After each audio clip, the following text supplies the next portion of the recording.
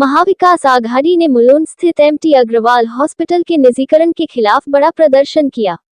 इस दौरान भाजपा सरकार की भ्रष्ट, चंदा दो, धंधा लो योजना का जोरदार विरोध किया गया। राकेश शेट्टी ने योग्यता कोल्हे सहायक आयुक्त, वार्ड बीएमसी और हॉस्पिटल के मेडिकल सुपरिटेंडेंट को कानूनी ज्ञापन सौंपा और मांग किया, निजीकरण तुरंत रद्द किया जाए, भ्रष्टाचार के खिलाफ एफआईआर दर्ज किया जाए, सार्वजनिक स्वास्थ्य नीतियों पर श्वेत पत्र जारी किया जाए। विकास आघाडीचा विकास आघाडीचा बीजेपी सरकार हमारे साथ हो जाए, क्योंकि आप अगर मुलुंड के जनता हैं, लोगों की भलाई चाहते हैं, तो मैं आपसे हाथ जोड़कर निवेदन करता हूं, आप लोग ऐसे आंदोलन का साथ दें। हॉस्पिटलचे निजीकरण आम्ही देणार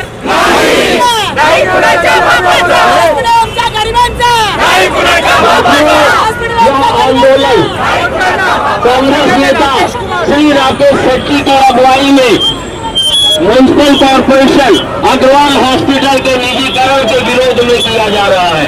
आइए आज इस आंदोलन का सहयोग करें और नहीं चलेगी, हॉस्पिटल आमच्या गरिबांचा, हॉस्पिटल आमच्या गरिबांचा, हॉस्पिटल आमच्या हक्काचा, हॉस्पिटल आमच्या हक्काचा, हॉस्पिटल आमच्या हक्काचा, हॉस्पिटल आमच्या हक्काचा, महाविकास आघाडीचा, महाविकास आघाडीचा, महाविकास आघाडीचा, हॉस्पिटल आमच्या हक्काचा, हॉस्पिटल आमच्या हक्काचा, हॉस्पिटल आमच्या हक्काचा, महाविकास आघाडीचा, महाविकास आघाडीचा। नहीं चलेगी, नहीं चलेगी, नहीं चलेगी, नहीं चलेगी। हे कुठेतरी प्रायव्हेटायझेशनच्या नावाखाली विकण्याचा जो कट मुंबई महानगरपालिकेच्या माध्यमातून जे राज्य सरकारच्या संमतीने चालला आहे, त्याच्या निषेधासाठी आणि आपल्या सगळ्यांच्या रक्षणासाठी आज महाविकास आघाडी रस्त्यावरती उतरली आहे। सम्राट शिवसेना प्रमुख श्रीमान बाळासाहेब ठाकरेंचा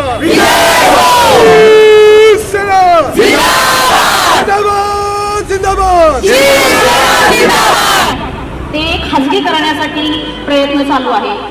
आरोग्य क्षेत्रामध्ये खाजगीकरण म्हणजेच सामान्य माणसाला मृत्यूला आगमन देण्यासारखं, स्वागत करण्यासारखं आहे।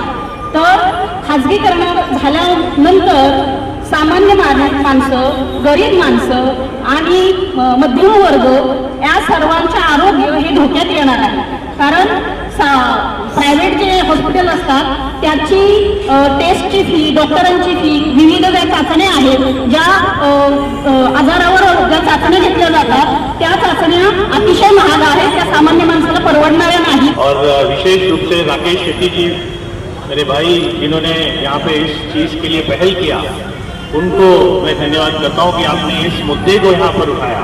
यहाँ पे जैसे सब लोगों ने कहा कि ये निजीकरण के खिलाफ हम यहाँ पर इकट्ठा हुए हैं, सांकेतिक मोर्चा है। इसके बाद अगर नहीं माने तो आमरण उपोषण करेंगे और इस चीज को वहां तक लेकर के जाएंगे ताकि इन लोग इस हॉस्पिटल का निजीकरण नहीं कर पाए। नागरिकों ने बढ़ चढ़कर खुद से यहाँ पे शामिल हुए।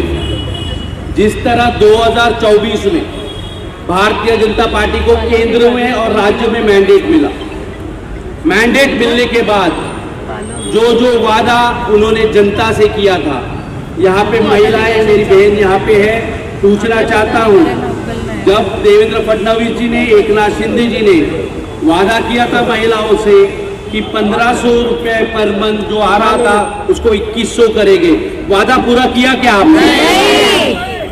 किसान के जो पंप होते हैं जिसपे पानी उनका खेत तक जाता है, वो पंप को, मीटर को फ्री करने वाले थे, हुआ क्या वो वादा पूरा? भ्रष्टाचार हटाने के नाम पे इतना ज्यादा भ्रष्टाचार कर रहे हैं, दिन ब दिन हम सभी लोग वो देख रहे हैं। आज चुनाव के समय में महाविकास आघाड़ी की तरफ से प्रत्याशी था, खुद यहाँ के आमदार ने मुलुंड ईस्ट की जनता से वादा किया था कि जैसा मैं चुन के आऊंगा मतलब जो अभी आमदार है उन्होंने वादा किया था कि अदानी को यहाँ पे पैर रखने नहीं देगी। 7 दिन के अंदर अदानी को पूरा का पूरा सॉल्ट पैन की जमीन साइन करके कॉन्ट्रैक्ट करके दे दिया। आज उनसे पूछे तो आप लोग ने सुना था ना, खुद नितिन गडकरी आए थे मुलुंड ईस्ट में। नितिन गडकरी जी को आने की जरूरत नहीं, मगर आए और वहां पे वादा किया कि ये जो जमीन है ये मुलुंडकरों की जमीन है और हम मुलुंडकर को ये जमीन देंगे। दिया क्या इन्होंने? नहीं। तो भारतीय जनता पार्टी पे विश्वास हम कर सकते हैं क्या? नहीं। होगा कि भारतीय जनता पार्टी जब लूट रही थी तुम लोग क्या कर रहे थे? हम ये बोल के नहीं चले गए कि मीडिया हमें नहीं दिखा रहा था, जुडिशरी उनका है, इलेक्शन कमीशन है। हमें हर बार जमीन पे उतरना पड़ेगा, सड़क पे उतरना पड़ेगा, पुलिस की लाठी खानी पड़ेगी, तब जाके हम सत्ता में वापस आएंगे। जब तक अपने कार्यकर्ता और नेता जमीन पे उतर के पीटे नहीं जाएंगे तब तक सत्ता में वापसी नहीं होगी। तो हर मुद्दे पे, हर गलत काम पे आपको इधर उतरना पड़ेगा, विरोध करना पड़ेगा और इनका तानाशाही को जवाब देना पड़ेगा। हम लोग सब महाविकास आघाड़ी की तरफ से आए और कुछ दिन पहले भगवती अस्पताल जो है बोरीवली में आपने टेंडर नोटिस निकालकर उसको अभी उसका टेंडरिंग आपने बुलाया। तो मुलुंडकरों का एक आम भावना है, अग्रवाल हॉस्पिटल लगातार लोग जाके अपने इलाज कराते हैं। भांडुप डसेंट है वो हॉस्पिटल, वीर सावरकर है मुलुंड ईस्ट में, आपको पता है उधर कोई फैसिलिटी नहीं है, डॉक्टर्स नहीं है, very small and nothing. Bhandup के भी लोग मुलुंड के इस अस्पताल पे डिपेंडेंट है। अगर भांडुप में भी कुछ होता है पुलिस स्टेशन तो दे रेफर टू मुलुंड। पिछले 10 साल तक बहुत सिचुएशन खराब था क्योंकि आपके बाजू में जो हॉस्पिटल का प्रीमाइसेस है वहीं पे होता था, बट वहाँ पे भी फैसिलिटीज कुछ कम है। आज इतना खर्चा करने के बाद हम सुन रहे 300 करोड़ से ज़्यादा खर्चा हुआ ये अस्पताल बनने में। इतना सारा होने के बाद अगर इसको प्राइवेटाइजेशन करेंगे तो सबका विरोध है। और बीएमसी ने ऐसा नहीं कि ये पहली बार कर रहा है, you have done with 7 hills. 7 hills का जमीन जो है वो बीएमसी का था, आपने प्राइवेट पार्टी को बांधने दिया। 2 पार्टी उधर एनपीओ हो गई, वो चला नहीं पाए, लोगों को फैसिलिटी नहीं मिला। 4-4 महीना तक वो हॉस्पिटल बंद होता था, दवाई नहीं होता था, बीच में वो बीआर शिफ्ट करके उनको दिया, मैं सबको जानता हूँ बेचारे। तो ये जो पीपीपी मॉडल हम कर रहे हैं, BMC is not good at it और वो नहीं कर पाई क्योंकि एक आम जनता का एक एक्सपेक्टेशन होता है कि यहाँ पे आने के बाद हमारा इलाज होगा। अभी आप देखिए जो हॉस्पिटल में महात्मा ज्योतिबा फुले स्कीम चल रही है, वहाँ पे लोगों को इतना दिक्कत है, जाते हैं तो स्कीम है नहीं है, मिसगाइड होते हैं, उसके बाद कभी कभी उनको बिल आ जाता है, कभी कभी एडमिट होने के बाद इलाज होने के बाद बोलते हैं नहीं आपका अप्रूव नहीं हुआ, तब तक इलाज हो गया रहता है। Then he have to borrow money, कहीं से लाकर 50,000 60,000 भरना पड़ रहा है। और अब थाना में देखिए एकनाथ शिंदे जी ने क्या किया, वहाँ पे गंगूबाई संभाजी शिंदे अस्पताल है, वहाँ वो हॉस्पिटल बनने के लिए आपको 15 करोड़ रुपया खर्चा किया, भले थाना महानगर पालिका, बट सेम बताया आपने। फिर महानगर पालिका ने वहाँ पे चलाया नहीं, आपने टेंडर निकाला नहीं उस हॉस्पिटल का, डायरेक्ट यहाँ पे प्लैटिनम हॉस्पिटल तुम्हाला माहित है सर, प्लैटिनम हॉस्पिटल उनको दे दिया। क्या रुपया में दिया? 1 रुपीज पर स्क्वायर फीट के लीज पे दे दिया। अब वो पूरा हॉस्पिटल कमर्शियल चल रहा है उसमें। तो बीएमसी का एक्सपीरियंस हमने देखा है 7 हिल्स के साथ क्या हुआ, और हमें ये डर है कि अगर आप यहाँ इसको भी अगर आप प्राइवेट पीपीपी मॉडल पे लाओगे तो यही हाल होगा। इसलिए इस पर हमें कोई एक्सप्लेनेशन नहीं चाहिए, हमें ये चाहिए कि ये बीएमसी चलाओ एंड वी ट्रस्ट यू, आप लोग सब काबिल है चलाने के लिए। और इसीलिए हम कह रहे हैं कि भारतीय जनता पार्टी को चुनाव करवाइए, चुनाव नहीं करा रहे। आज 3-3.5 साल हुआ, we should have 227 representative as corporator, standing committee होता है, मेयर होता है, लीडर ऑफ अपोजिशन। आज हम किसके पास जाएंगे? आम जनता के पास जाएंगे, कॉर्पोरेटर्स।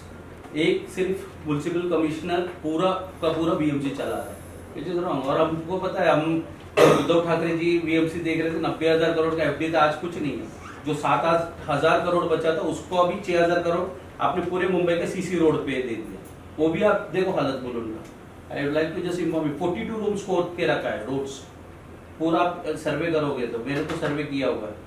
कमिश्नर ने ऑर्डर दे दिया है कि आप खड्डा खोदोगे नहीं इसको, फिर भी खोद रहे। मानसून आने वाला है, it is going to be a mess में। अभी अदानी को भी जमीन मुलुंड का चाहिए, सॉल्ट पैन में वो धारावी के लोगों को ला रहे। अदानी को बोलो अपना घर सॉल्ट पैन के ऊपर बनाओ। यू एंड मी नो कि सॉल्ट पैन किस लिए होता है, बैक वाटर जाने के लिए होता है। समुद्र का पानी जाता है, अपन हटाते हैं तब सॉल्ट निकलता है। अब अगर वही नहीं रहेगा तो किधर जाएगा समुद्र का पानी? लोगों के घर पे घुसो। महाविकास आघाडीचा महाविकास आघाडीचा